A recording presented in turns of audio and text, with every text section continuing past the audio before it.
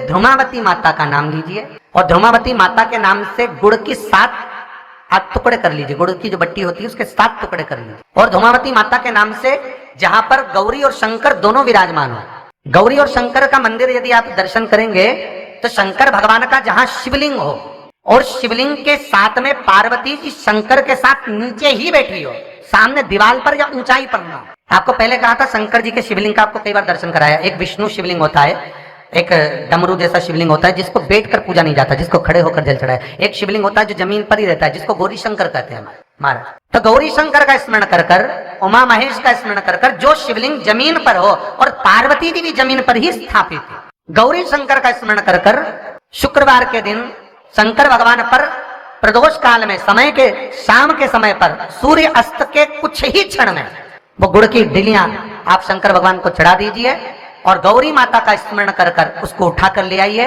जिस दिन उठाकर लेकर आए, शनिवार, रविवार, सोमवार, मंगलवार, ऐसे 7 दिन लगातार दरवाजे के बाहर उसी शिव मंदिर के द्वार पर बैठकर आप वो गुड़ की डली को खा लीजिए।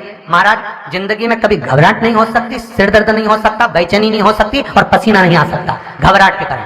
रात को चक सो आनंदमय, पर गौरी शंकर होना चाहिए, गौरी शंकर का स्मरण। और गौरी शंकर का स्मरण कर कर जो सुख पाया वो जीवन का आनंद पाया। महाराज, हमारे यहाँ तो आज भी नियम है, जब लड़की की शादी होती है तो जगत जननी के मंदिर में उसको लेकर जाते हैं। स्वयं पार्वती जी, स्वयं पार्वती के मंदिर में स्वयं सीता मैया गई है, स्वयं रुक्मणी मैया गई है। क्यों? क्योंकि वो गौरी से सुहाग मांगती है। गौरी माता अखंड सौभाग्य देती है, साथ में सुख और समृद्धि भी प्रदान करती है।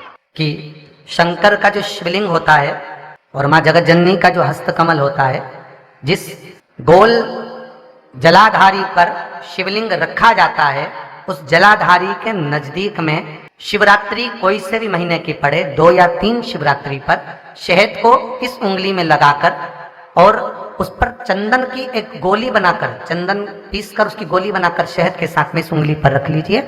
जहां पर शंकर भगवान का शिवलिंग जिस माँ जगत जननी के हस्त कमल पर जहां रखा हुआ है, उस स्थान पर उस बहू का या सास का जो भी चिड़चिड़ कर रहा हो, क्रोध कर रहा हो, विवाद पड़ा हो, कोई पूछ नहीं रहा हो, बड़े दुखी हो गए हो, उसके नाम का स्मरण कर कर गोत्र बोलकर लगा दीजिए महाराज। और शंकर भगवान का नाम स्मरण कर कर विनती कर कर लगाना। मुझे उम्मीद है कि बहू और सास, मेरा तो निवेदन है, सास बहू के लिए लगा दे, बहू सास के लिए लगा दे। मेरा मन है, शिव महापुराण की कथा कहती है, उन दोनों के स्वभाव में अगर पूरा अंतर नहीं आया तो इतना तो विश्वास मुझे कुबेरेश्वर पर है कि 75% तो आराम लग ही जाएगा।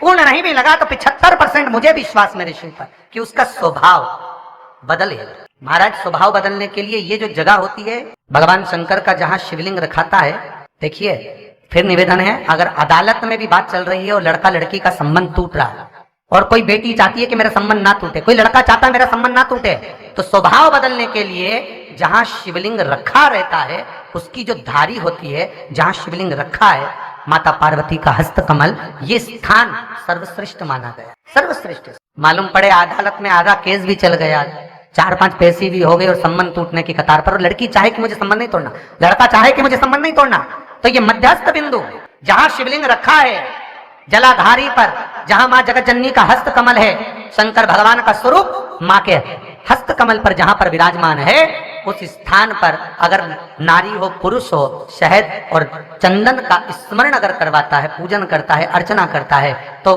2 पैसे के बाद में वो केस खल्लास हो जाएगा, समाप्त हो जाएगा, उनमें प्रेम बढ़ जाएगा और वो संबंध वापिस टिक जाएगा, वापिस टूटेगा नहीं। स्नेह का हमारा तो निवेदन है, अगर भाई भाई में भी विवाद चल रहा है, कोई लेन देन के पीछे बोलचाल बंद हो गई, देवरानी जेठानी की बोलचाल बंद हो गई, भाई भाई की बंद हो गई, घर में सब अपना अपना सोचने लगे, धन कमाया अपने पास रख लिया, उसके लिए कि मन मोटाव ना हो, प्रेम बढ़े, आसक्तियां, स्नेह, करुणा सबकी एक दूसरे के प्रति बढ़े। भगवान शंकर को पूर्ण अक्षत चढ़ता है, शंकर भगवान को आधी अधूरी बेलपत्र नहीं चढ़ती, शिव जी को पूर्ण बेलपत्र चढ़ती है। शंकर को फूटा हुआ श्रीफल, बदारा हुआ श्रीफल नहीं चढ़ता, शंकर को पूर्ण श्रीफल चढ़ता है, पूर्ण श्रीफल। जैसे उद्यापन में दिया गया आधा वस्त्र नारी के सौभाग्य को खंडित कर देता है, उसी तरह शिव को चढ़ाया हुआ आधा समान व्यक्ति के विधान को, पूजन को, स्मरण को खंडित कर देता है। ध्यान दीजिएगा जरा, बहुत सुंदर कथा है, इसका स्मरण करिए स्कंद पुराण का। क्या कहा स्कंद पुराण में?